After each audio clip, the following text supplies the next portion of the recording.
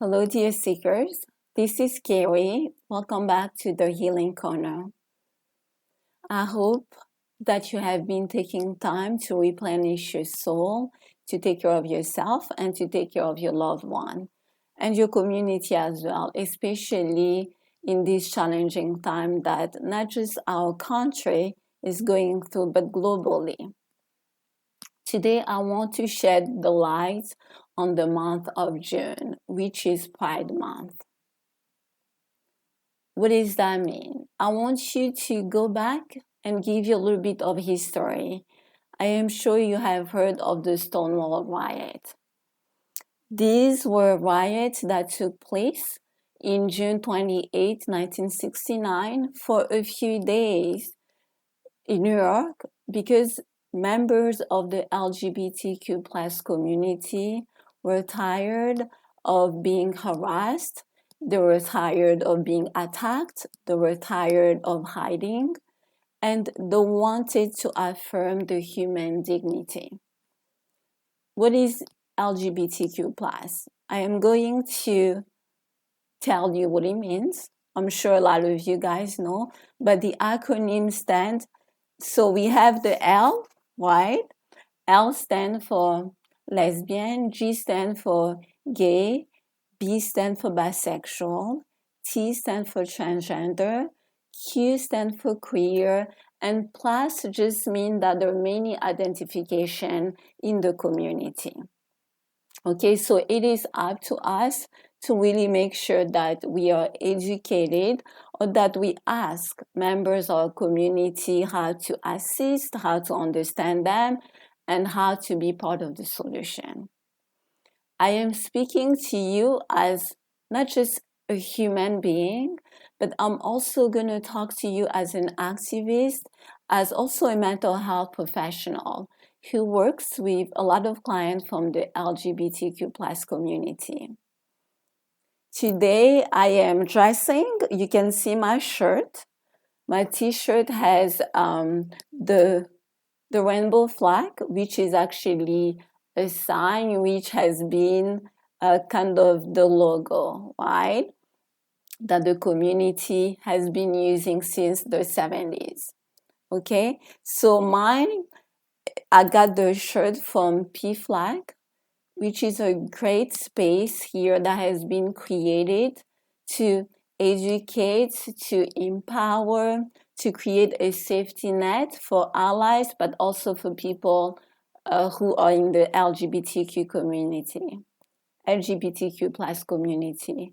Make sure when you check my video, you look below. I'm going to put a lot of information pertaining to LGBTQ plus information. So don't forget. But this is one that I'm proud to wear because it is from Alabama. And they also use the Philly rainbow flag. That's where you see the black line and the brown line or colors to affirm Black and brown people who are members of the LGBTQ plus community. So what can we talk about from the mental health perspective? First, I went ahead and write it down just a little bit so that I am not all over the place. A lot of my clients from the LGBTQ plus community are at a higher risk compared to the general population when it comes to suicide, when it comes to PTSD, anxiety, depression, bipolar, eating disorders, let's see, addiction, substance use. And the reason why is because we have created structural stigma. What does that mean? I just want you to do your own research and to really look at the policies that have been really either taken away to create a safety net. I want you to think about policies regarding marriage, regarding adoption, regarding healthcare, gun violence, and many more, even the military when it comes to the LGBTQ plus community. I want you also to be aware of violence, right? how have we created a space where we have policies that affect and create more violence, right, for the LGBTQ plus community. Another thing that I'm going to encourage you is to research and see how a lot of Black trans women have been murdered over the years. I also wanted to talk to you because we have so much issues with structural stigma. We're not able to do early intervention, comprehensive treatment, and we have a hard time creating family support and community support for our brothers and sisters in the LGBTQ plus community. So what about you, if you're watching me, if you're part of the LGBTQ community? Maybe you're an ally or you are a member. When you are looking for a mental health professional, I want you to make sure you really do your research. You have to make sure that the therapist has actually worked with the LGBTQ plus community, either as an ally or as a member of the community.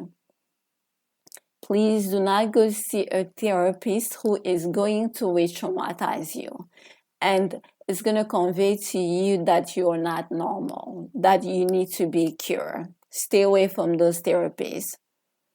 And I want you to know that when you do your research, you should look at the expertise. You have to make sure that the therapist or the mental health professional understand issues related to violence, sexual orientation, sexuality, HIV, sexual expression, gender affirming surgery, hormone replacement therapy, violence, and many more.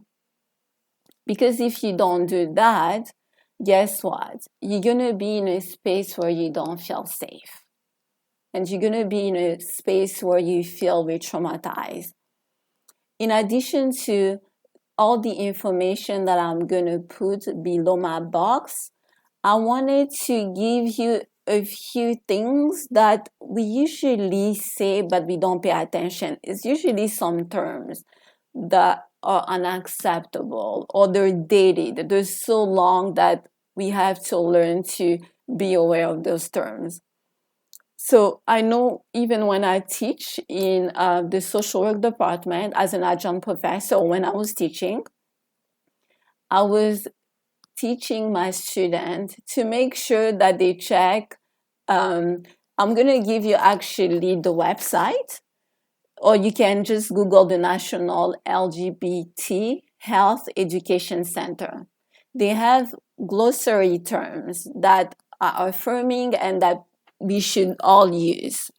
Okay, so the first one you can think of course, a lot of people still say homosexual depending how you use it, but think about using gay or lesbian. Instead of saying sexual preference, use sexual orientation, because when you say sexual preference, it's making an assumption that someone choose or prefer to live a certain lifestyle, which is not the truth. Instead of saying transgendered or a transgender or even tranny, use just transgender as an umbrella term. And then another one that a lot of people in the profession or just among each other, they will say, oh, do you know if that person has had a sex change? Instead of that, use gender affirming or gender affirmation surgery. And there are many more terms that I can encourage you to check. And again, that will help you to treat the other person with dignity. And you also have to be aware of preferred pronoun.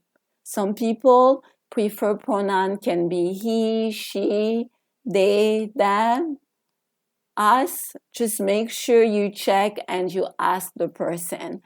I don't think if you identify as a cisgender, someone who feels like the outside matches with the inside, or someone who's an heterosexual person, we just have to make sure we ask questions. People from the LGBTQ plus community are here to educate us, but it's also crucial that all of us take the time not just to learn about the community, but to learn about the stigma they encounter, but to also learn about the struggles. Of course, I wanted to give you guys a little bit of an excerpt of, once again, my favorite book, from the Book of Awakening by Mark Naple. As usual, I'm going to put all the information below my video, right? And today I'm looking at the date is June 14. So the authors say, I lose sight of us at times, the way that fish can see the ocean, the price of lovers swimming in the love. Interesting. I love to read these excerpts because for some reason, every time I read them, it matches with the subject matter. It feels like it's just talking about love. And I have a poem that I read before where I say love is love. It doesn't matter your gender, your sexual orientation, your gender expression. We all deserve love. Today, I am not going to read one of my poems because I just wanted to give you a quote that is really close to my heart. It is a quote that we all know by the great Martin Luther King. He says, and I'm going to read it, injustice anywhere is a threat to justice everywhere. We are caught in an inescapable network of mutuality, tied in a single garment of destiny. Whatever affects one directly affects all indirectly. How powerful is this? So think about it. If you don't believe Black Lives Matter, you probably don't believe that trans lives matter. You probably do not believe that LGBTQ plus lives matter. You probably don't believe that the plight of women, the plight of children, the plight of people with disability, the plight of vulnerable population, not just in our nation, all over the world, deserve to be at the forefront. So I want you to think about these things because, again, if you don't stand up for one group, you are not going to stand for the other. Please, let's be together. And this month, make sure you're not just affirming yourself, but you're affirming anyone that you know is part of the LGBTQ plus community. It's a mouthful, okay? My dear seekers, please take good care of yourself, take care of your family, and find time to create some peace of mind and peace in your soul. We're going to take a deep breath, or we're going to take 3 deep breaths just to center ourselves. Per usual, I want you to put your right hand on your heart and your left hand on your belly, and we're going to take 3 deep breaths. Okay, you ready? Inhale, exhale, inhale, exhale. Last one, inhale, exhale. Thank you for your time. See you in maybe a few weeks, and happy healing to you. Take care. Bye.